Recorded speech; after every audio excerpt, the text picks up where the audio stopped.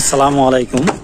আমি আছি নরসিংদী জেলার রায়পুরা উপজেলার রহমতগঞ্জ রাতাগঞ্জ বাজার থেকে সিরাজনগর নয়াচর যাওয়ার যে সাঁকো, এই সাঁকোর উপরে আপনারা দেখতে পাচ্ছেন সিরাজনগর নয়াচর যাওয়ার যে সাঁকোটা, এই সাঁকোটা অল্প কিছু দিনের ভিতরেই খুলে ফেলবে, কারণ নদীর পানি বেড়ে গেছে। এই সাঁকো দিয়ে আর মানুষ যাতায়াত করতে পারবে না। আপনারা দেখতে পাচ্ছেন অল্প কিছু দিনের ভিতরেই এই সাঁকোটা খুলে ফেলতে হবে, কারণ নদীর পানি বেড়ে গেছে। সাঁকোতে পানি উঠে যাবে আর অল্প একটু বাড়ার জন্য এই সাঁকোটা খুলে ফেলতে হবে। তারপর থেকে মানুষ চলাচল করবে নৌকা দিয়ে। আপনারা দেখতে পাচ্ছেন এই সামনে নৌকা মেরামতের কাজ চলতেছে।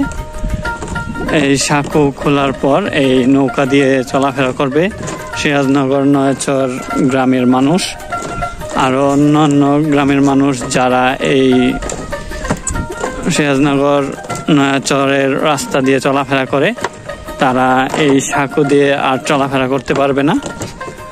এই সাঁকো খুলে ফেলার পর এই নৌকা দিয়ে চলাফেরা করবে।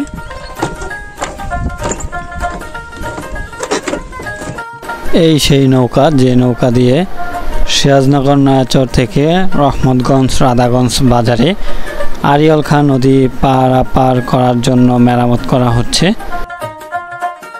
আর অল্প একটু পানি বাড়লেই এই সাঁকোটা খুলে ফেলবে। আপনারা দেখতে পাচ্ছেন সাঁকোর জন্য এখানে অনেক কচুরির ফানা জমে আছে।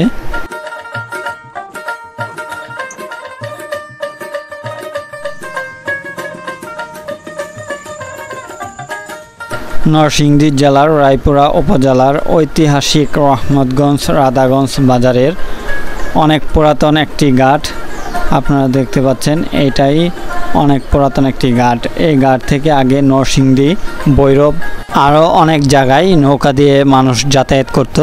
এখন আর এই ঘাটে কোনো নৌকা নেই, আর এই নদী দিয়ে কোনো নৌকা চলাচল করে না। আপনারা দেখতে পাচ্ছেন এখন সাঁকো আছে, এই সাঁকো দিয়ে শুধু মানুষ পারাপার হয়। যদি পানি বাড়ে নদীর, তাহলে এই সাঁকো খুলে ফেলে পরে নৌকা দিয়ে মানুষ পারাপার করে। পানি বাড়তে শুরু করেছে, এই সাঁকো খুলে ফেলবে। সাঁকো খুলে ফেললেই নৌকা দিয়ে মানুষ পারাপার হবে।